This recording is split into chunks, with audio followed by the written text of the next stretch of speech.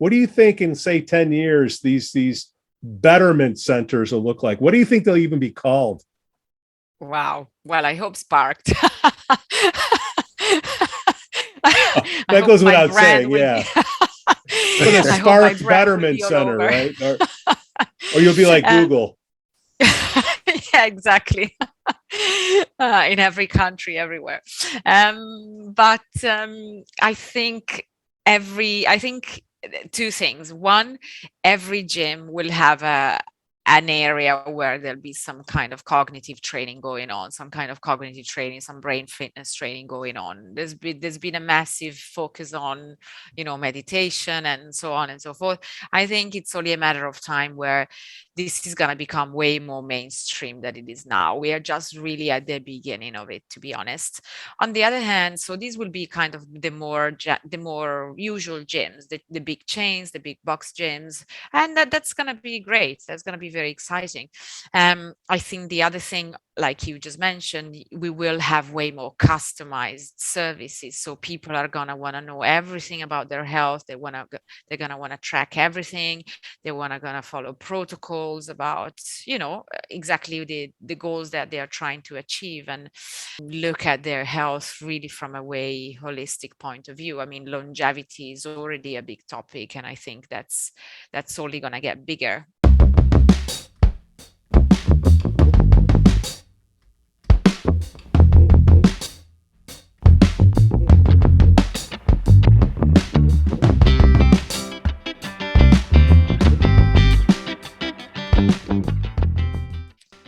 Hi, this is Anna Milani from Spark, the Brain and Fitness Hub, and welcome to the Neuronoodle podcast.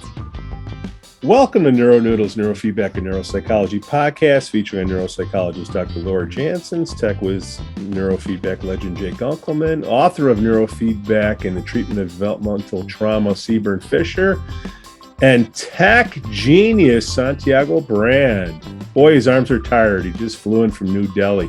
Our goal is to provide information and promote options for better mental health. This is an all-star cast, and I'm more than happy to share their knowledge with you. My name is Pete, and today we have a very special guest, Anna Milani, CEO and brain trainer at Spark Fitness. But before we get to Anna, we got some Patreon love to dish out. We'd like to thank our Patreon business sponsors, as well as our show sponsor. Mary Tracy's Neuro Training Strategies offers a higher standard of EEG, QEEG education to EEG clinicians, technicians, and neurofeedback practitioners with convenient online BCIA and QEEG certified didactic courses. Okay, 3 things our listeners and viewers can do to help us spread the word of neurofeedback from Singapore to the States. Number 1, subscribe to our YouTube channel. If you like the video, which you will, please like and click the bell so it lets you know when our new podcasts come out. That little action will turn 3 people from watching this into 3,000. Imagine all these lovely people learning about neurofeedback. Number 2, give us a review on whatever platform you listen to. 5 stars is appreciated, but we'll take 4.5 on Apple Podcasts. And number 3, if you have the means, please support us on Patreon/NeuroNoodle. There are different levels in which you can support, whether you're a mom or dad or a clinician. There's even an option where you can have a whole hour of Q&A with our own Jake Unkelman. Hey, the money that comes in, nobody's buying any Mercedes out there. We're just trying to pay to improve the quality of our content here. Okay, let's talk mental and physical fitness with Anna Milani. Anna, thank you so much for coming on the show today. Thank you, Pete. How are you? I'm doing good. I'm looking at Santiago the other way I around. don't know what is going on here. Sorry, hold on one second. I gotta Santiago, figure this out I know here. you just came in from New Delhi, and I know you're a little bit tired. There we are. Hey, there we Finally. Oh boy. We made it. I'm telling you, the strangest things are happening today. Oh, Santiago, how do you know Anna? You were very passionate about saying, hey, we got to get her on the show. Okay, there she is. But how do you guys know each other? I met Anna, about a year ago, Anna, that we met, roughly. That's right. That's right. I met Anna through my associate, Sylvia Wetherill. Sylvia is my associate here in Actually, Sylvia is now living in Singapore, in Portugal, where she's from. But before she moved back to Portugal, she mentioned that she knew Anna through a mutual friend, and that she thought that it would be a good idea for us to meet.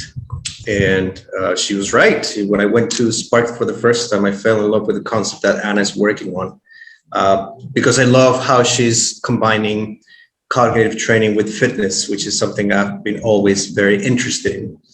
And throughout the last 12 months, we've been talking and seeing how our skills and our interests intersect and how we can get to work together. So that's how we met. And the opportunity presented itself where we have a mutual friend from India who is in the fitness industry, and she very kindly invited us to Delhi to the Asia EduFit Summit, where we just presented 48 hours ago.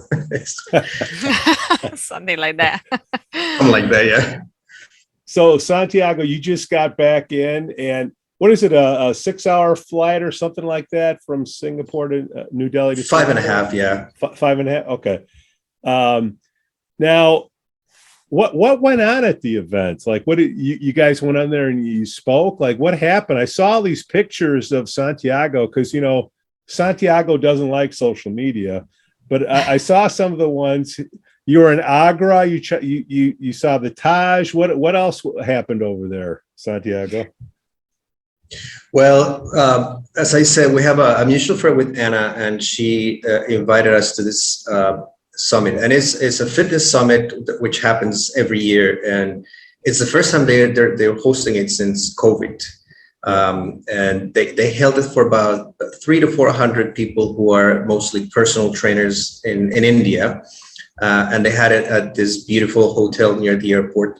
And, Garima, who's our mutual friend, was very interested in our work. And she thought that it would be interesting for the participants of the summit to hear a new concept, combining what Anna is doing at Spark and then what I'm doing at MindLab here in Singapore. So Anna and I sat down, we talked about it, and we decided that would be a good idea.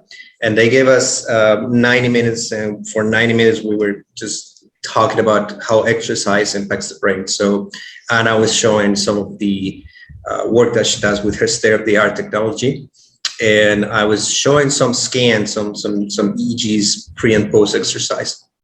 And we're very surprised because being that is the very first time somebody's presenting something like that at the summit, we weren't thinking we were going to have too many people attending. We ended up having, 50, 60 people. I mean, the room was packed. And people stayed throughout the talk and seemed to enjoy what we did. And certainly Anna and I had a great time doing that. And I can't wait. All right, enough of Santiago. Anna, tell me about mixing working out your physical body and your mental body. How long have you been doing that? Give us the background. How did you get into it? Tell us how you started your business. We want to hear it all. Fantastic. I will tell you everything. So the first time I've been in this industry I started in movement, contemporary dance. Then I went into becoming a personal trainer. I did Pilates, and I always try to evolve. So I was getting quite bored with the fitness industry. It's all about bodies. It's all about how you look and stuff. And I was like, oh, there's got to be more than that. And I literally came across a slide from a course actually in the US that talked about and showed how different types of exercise impact the brains in different ways and different networks. And I was like, what? You kidding me? So that really opened my eyes, and I just got so fascinated with the topic. So I went and did a lot of courses, brain-based coaching, brain health trainer course, various neuroscience courses.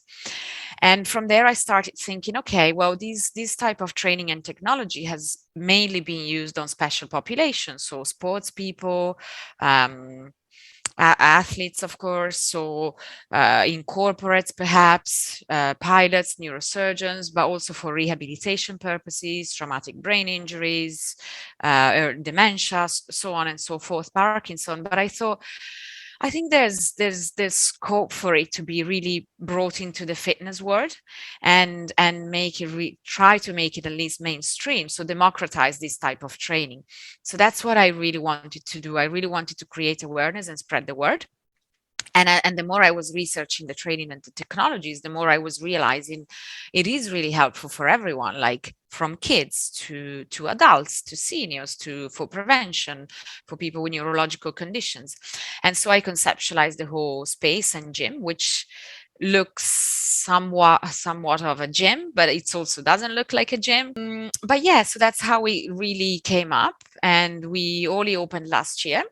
During the pandemic, not the best timing, but we've been able to do a lot of exploration. So the first hub, it's called Spark, the Brain and Fitness Hub, and that allowed me and my colleagues, and obviously as well with Santiago, to really explore a lot of different ideas, different training with different populations. And yeah, I mean, a big component of that is also gamification, which I think is very important to highlight. Is stack based, is science based, but there is this layer of gamification. So yeah, I mean, I can certainly say from a training perspective, we've had a lot of fun with it, and I think there's gonna be more and more to come. New Year's Day, you're hungover, you feel fat, out of shape, and you're like, okay, I got to go to a gym. I got to get a trainer. That motivation lasts, I don't know, maybe if you're lucky, a month.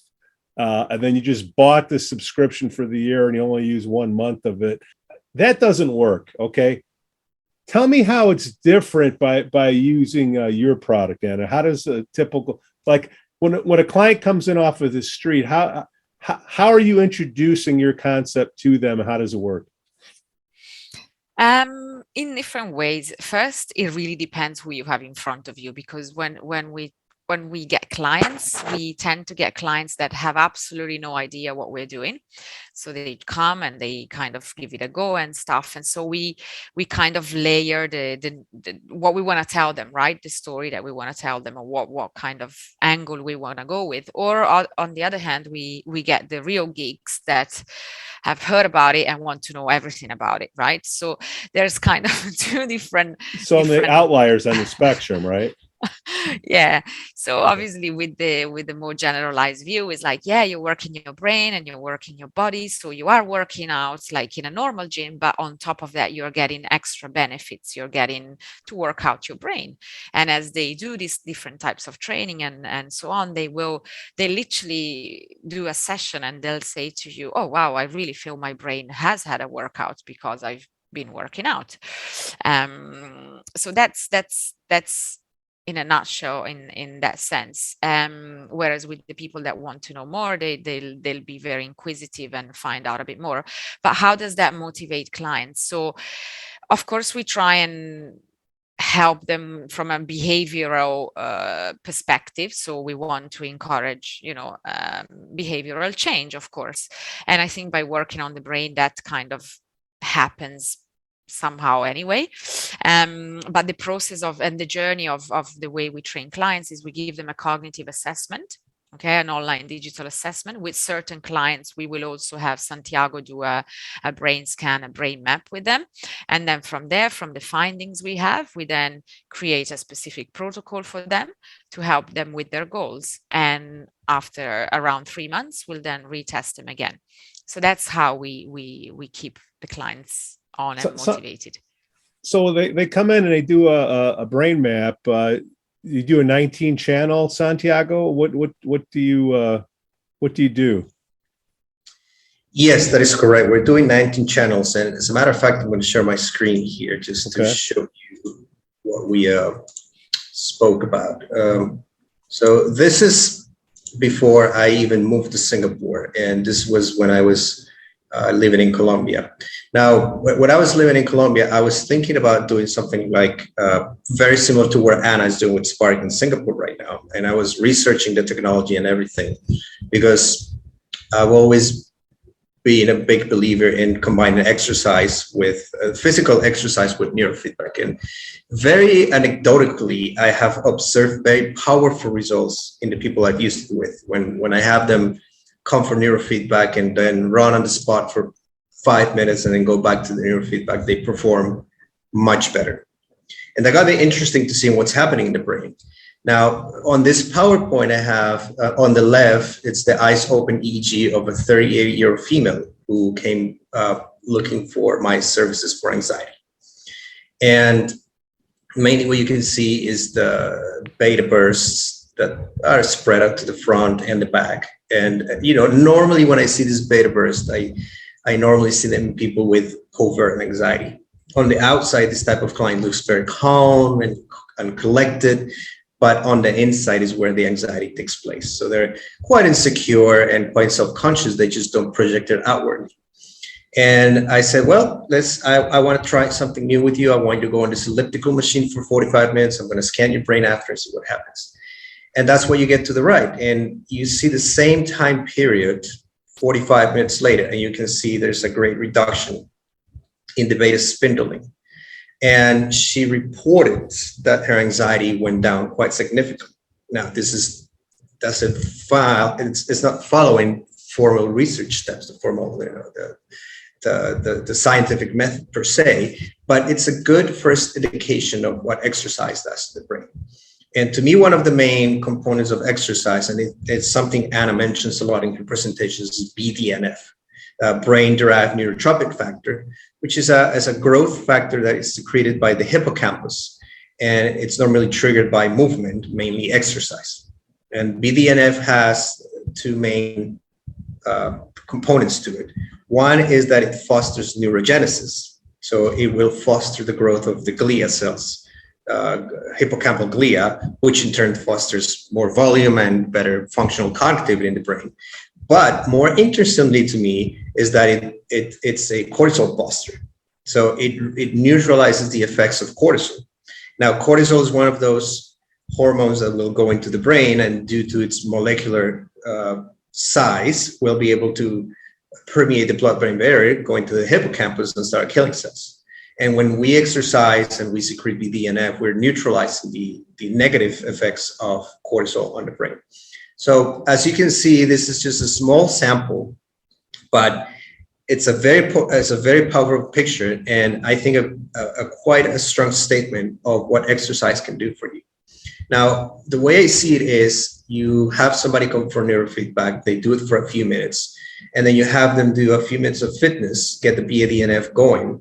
Well, it's gonna enhance the function of the brain to the point that they're gonna benefit from both more in depth. And with Anna, we're thinking, well, how can we take this into the research fields? We're just trying to come up with ideas into how we can turn this into a case study or a case study series that we can later publish just to show. Now, I'm going to fast forward, and towards the end, you'll see that what we did was to have somebody do of this. So I don't know if Anna, you want to talk about this, but basically what we're doing here is combining with Anna's technology Spark. But I want Anna to explain what these types of gadgets do. Yeah. Can you click on the video, Santiago, so they can see the... Yeah, absolutely.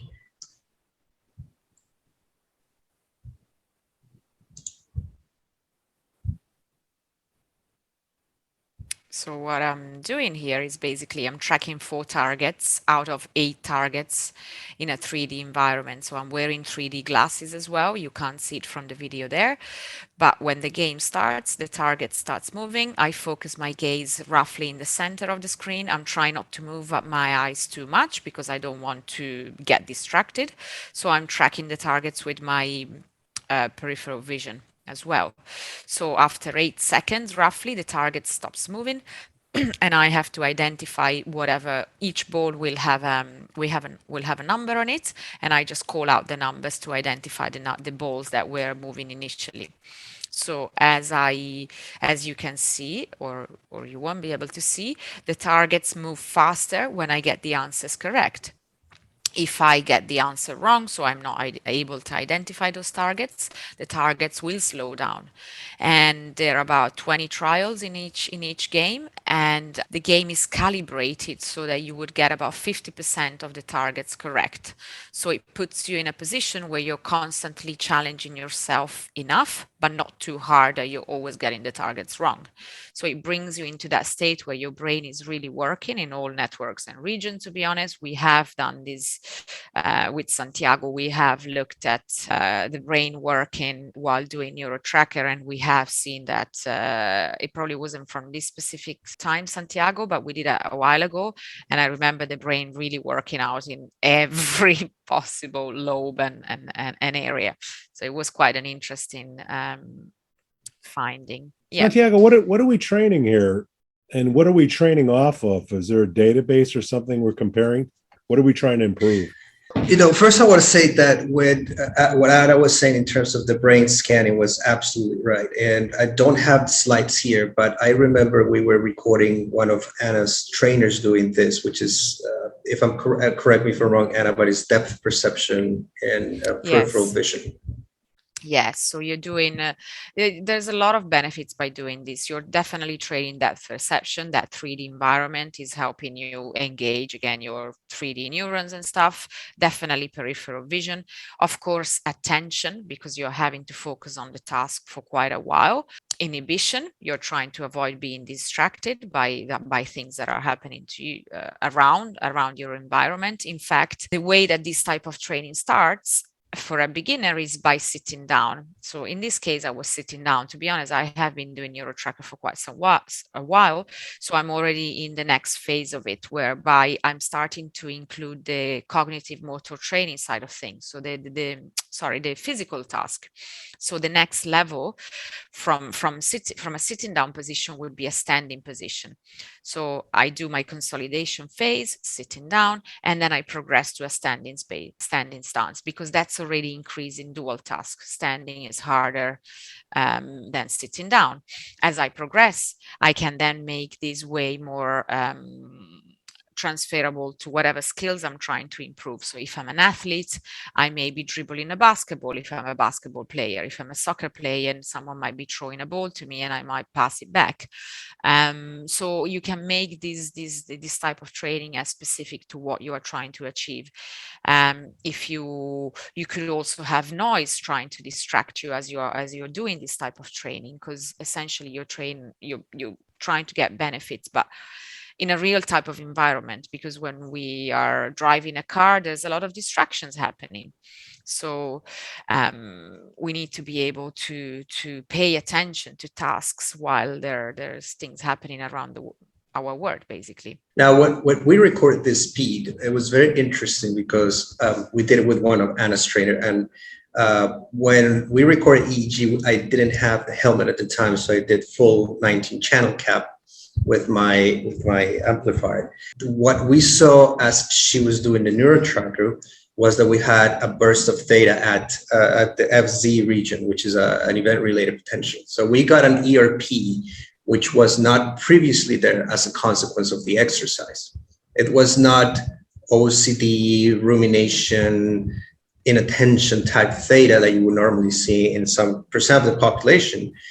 She didn't have any of that activity at baseline. And then while she was doing that, we were able to get that recorded. We were getting the brain to be activated and engaged. And this particular region of the brain was producing this ERP, which is, it's task related. And to us, it means that the brain is oriented to the task and doing something specific. And I was able to differentiate it from somebody doing exercise and having the typical OCD theta presentation at CZ. With the exercise, we were able to have the person do 45 minutes of cardio, different exercises with the different equipment that Anna has in the gym, and then post, I think I have the slide here, post, you can see the reduction in theta amplitude and theta power at the FZ region, which means then we are, reducing the hyperconnectivity, getting more blood flow to region of the brain and getting the brain to engage in a more favorable way. So Santiago and Anna too, if you're a trainer I don't understand why more physical trainers aren't mental health trainers with neurofeedback, because you can address the procrastination where people are putting off working out, can't you, Santiago? Absolutely. And absolutely, you're 100% correct. And I think one of the reasons why that is because we're heavily permeated by social media. And today, Anna and I had these discussions before, and one of the main obstacles that we face is the fact that people want to do fitness to look good. They want to look like Instagram models look, whether it's male or female. And people get too caught up on looking good and getting followers, as opposed to taking care of their brain and their body for health related purposes. Now, it is well known now that Alzheimer's and Parkinson and many other forms of neurodegeneration start years before the symptoms even show up. So the symptoms is just a byproduct of the disease finally triggering something to make it noticeable. But it is well known that for dementia, Parkinson, and many other conditions, the plaques that attach to the brain start going there way, way before time. And it's also been shown that exercise, fitness exercise and brain exercise can stave that off. It can not only, slow it down, it can also prevent. And I think it's sad because there's still a lot of stigma that relates to mental health. So when people think of training the brain, they don't think health, they don't think performance. They think, well, I don't need it because I'm not broken, and I don't need it because I'm not crazy. And it's an uphill battle that we continue to face to this day. And I mean, I think honestly, the best thing you can do is just to promote and raise awareness, as I was explaining that before. Yeah. I mean, a lot of what if I can go maybe in their early 40s even, and they ask me, well, but I'm still so young, I don't really need this type of training yet. So in their mind, they don't feel like they need it, but exactly that. Just because symptoms show up like decades later, it doesn't mean that you shouldn't start well early.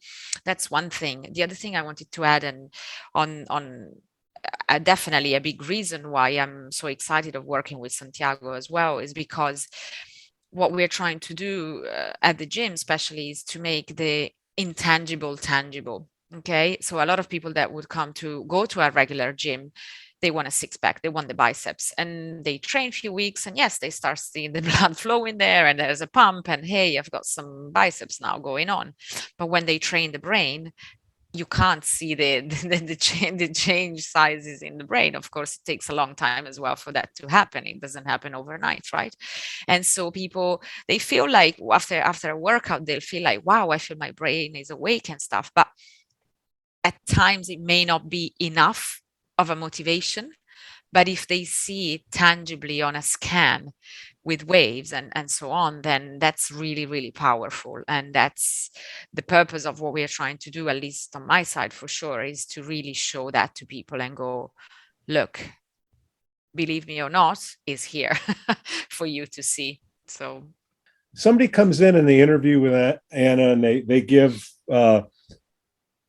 their goals and their expectations of what they want at the end of this time period that they work out. When you do the 19 channel, I don't know what you call it. I don't know what the protocol is that you train for, but what would you see if somebody is more prone to putting off a workout or procrastinating? What would you see on that brain map?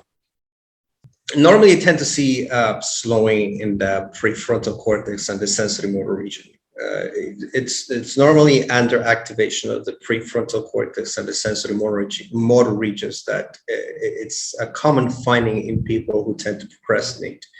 Their executive functions are not quite consolidated, and the motivation element is not there either. These are functions that partly take place in the frontal cortex. Of course, there's other brain regions involved, but normally I tend to see that. I tend to see the typical theta beta ratio, or more theta power than beta power at CZ. F3 and F4, F7, F8 tend to be regions that are highly involved with that. And when I describe those for the people out there who don't understand, it's just specific regions in the frontal cortex, which are involved with your decision making and your motivation. And that means that if you have slow brain waves, for the most part, not in its entirety, for the most part, you have reduced blood flow to that region of the brain. And if you have a reduction in blood flow to the region of the brain, your brain's pretty much going to get lazy. And if your brain gets lazy, you're going to get lazy. So you're not going to see the point in exercising because it's hard. And that has to do a lot with the level of neuroinflammation a person it's facing. Sometimes exercise can be counterproductive if you have a high degree of inflammation going on.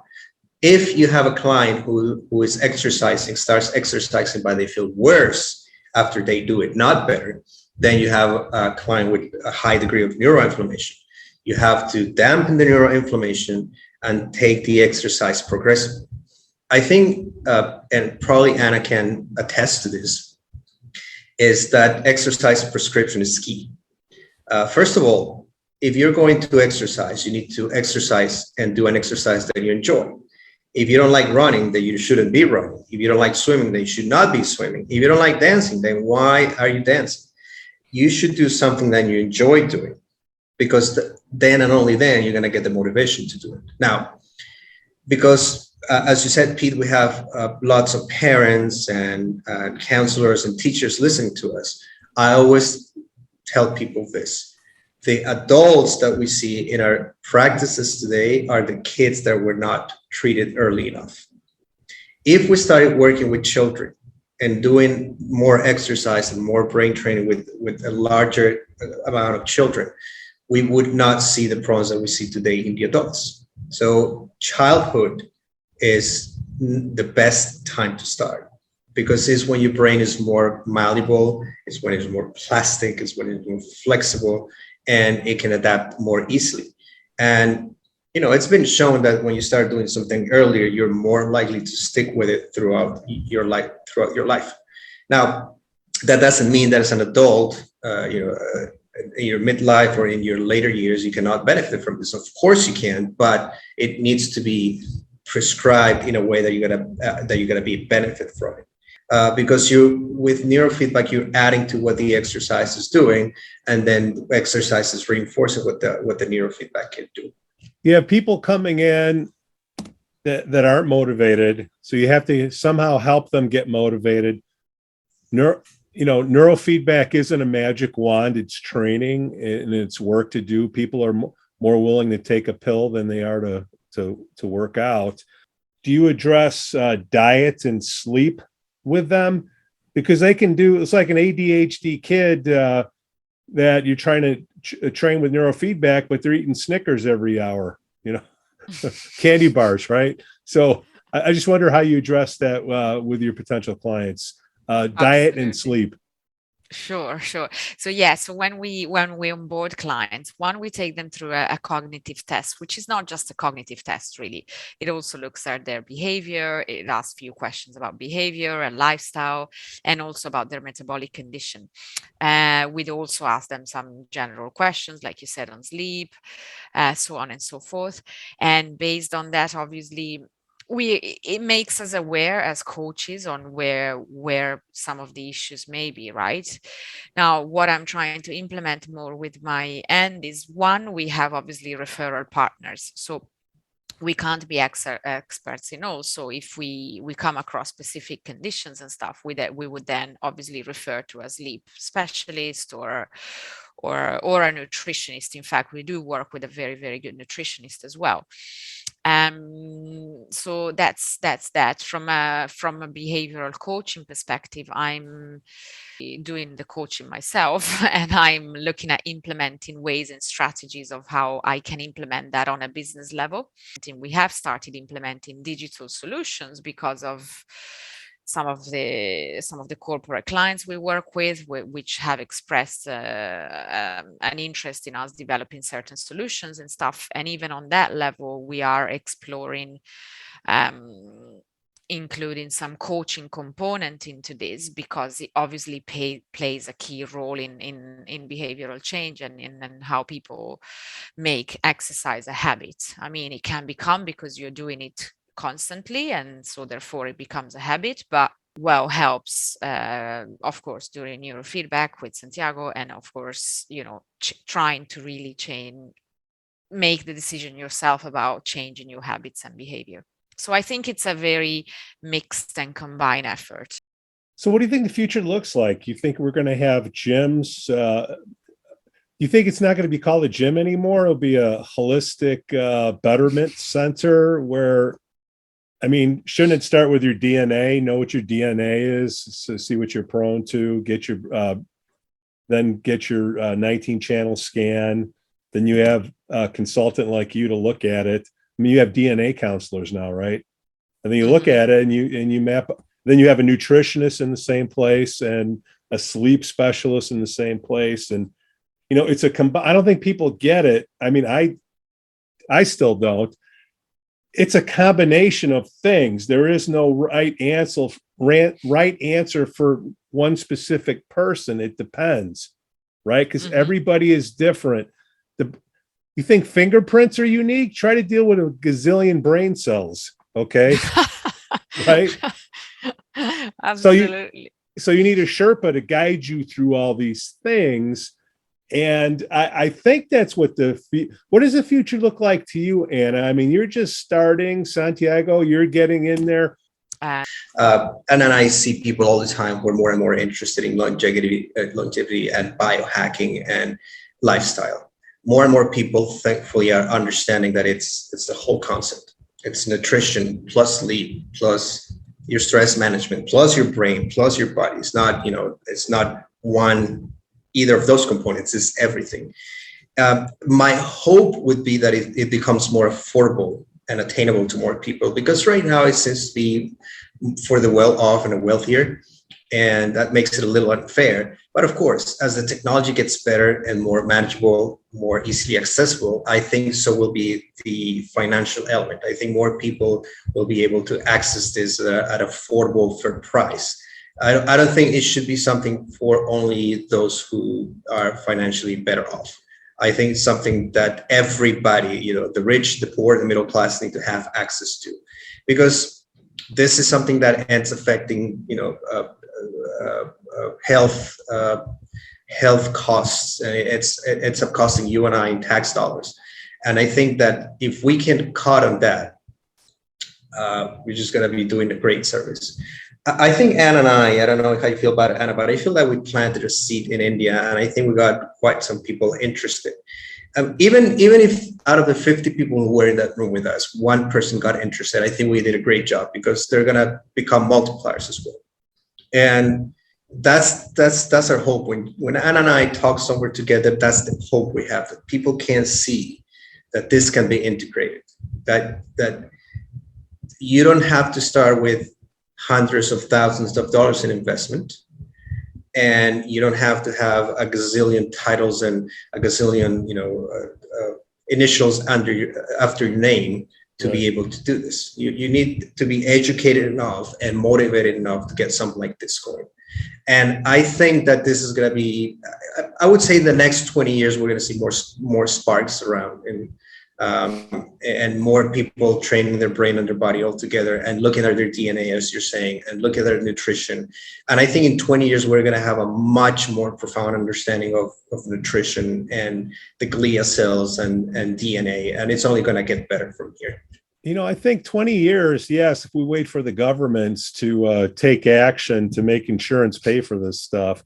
But I think, wouldn't corporations want to have this at their company as part of their onboarding and training process? Because, I mean, if you get your brain prepared to take on the company training, I think, and they're in physical shape, good shape, you would have a more productive employee, and the output of the person that you have working for you should go up. So companies should be doing this. They should have a spark inside the building of the company.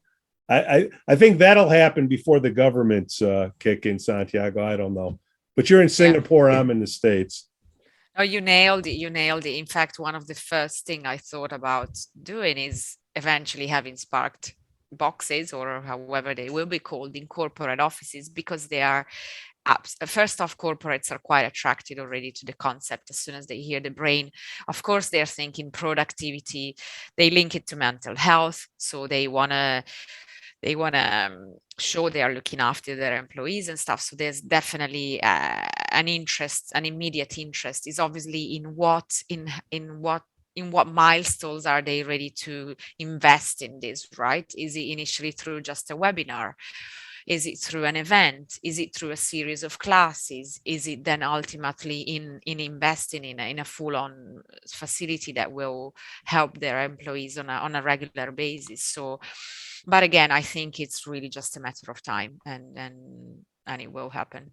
We just need 2 sales offices, one using Sparked, one not using Sparked, and look at the production in 6 months, and there you go. There's your test. Yeah. What do you call it? Blind stuff? I don't know what it's called, because none of the degrees are here, which is good. But I think that's all you need is, hey, what do you say, Santiago? We're just regular techs. Yeah, glorified text. Glorified text, yeah. Well, that's good. We can talk. But I mean, that's talking about corporations, but the schools, right? The counselors, right? The whole. So the future is bright, and I think corporations, then schools, private schools, you talk about for the elite, the special needs kids and whatnot.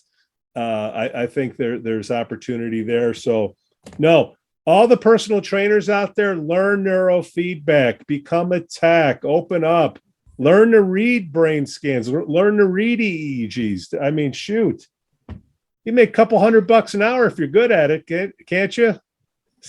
Santiago? Absolutely. Santiago, it's not too bad. Santiago, you have to come up with a training course for personal trainers, actually, in how to read scans. You've just given a great idea, actually. Yeah, that's true. That's true. So that's what I'm here. That's what I'm here for, to expand the field, make the pie greater. Anna Milani, thank you so much for coming on the show today and talking about Spark Fitness. Thank you, Pete. It's been great. Hoping to be back soon with more findings with Santiago. Absolutely. Hey, what's the best way for people in Singapore to find out more about your business? Sure. So we have a website, www.sparkfitness.com, or if you're a social media person, you can find us on Instagram and Facebook at Spark Fitness. We also are just launching a digital platform called Spark Plus, www.sparkplus.com, and you can also find that on Instagram. Then Santiago, how about a little love for you? Yes. I need a brain map in Singapore. Where do I go? That's right. You got to come see me. It's at themind-lab.com, and Instagram is themindlab.sg, or my personal Instagram, Neuro Santiago. Either of those three ways would work. I would definitely follow Santiago. His posts are very entertaining. We thank you all for listening to Neuro Noodles, Neurofeedback, and Neuropsychology podcast. Hey, we'd like to thank our Patreon business supporters. Mary Tracy's Neuro Training Strategies offers a higher standard of EEG, QEEG education to EEG clinicians, technicians, and neurofeedback practitioners with convenient online BCIA and QEEG certified didactic courses. Register now at eegstrategies.com. Okay, you want to help out neurofeedback, guys? 3 things you can do. Number 1, subscribe to our YouTube channel. And I know you like this video, so hit the like button and click on that little bell so you can be notified when our new podcasts come out. That little action takes 3 people from learning about neurofeedback to 3,000. Number 2, give us a review on whatever platform that you use, like Apple Podcasts. 5 stars, we'll take 4.5. It is so appreciated. And if you have the means, please support us on Patreon/NeuroNoodle. There are different levels in where you can support us, whether you're a mom or dad or clinician. There's even an option where you can do your own Q&A with Jay Gunkelman. Hey, all the money that comes in, don't worry, I'm not buying a Mercedes yet, but I am able to pay for all the content upgrades that you're seeing as the show progresses. We thank you all for listening.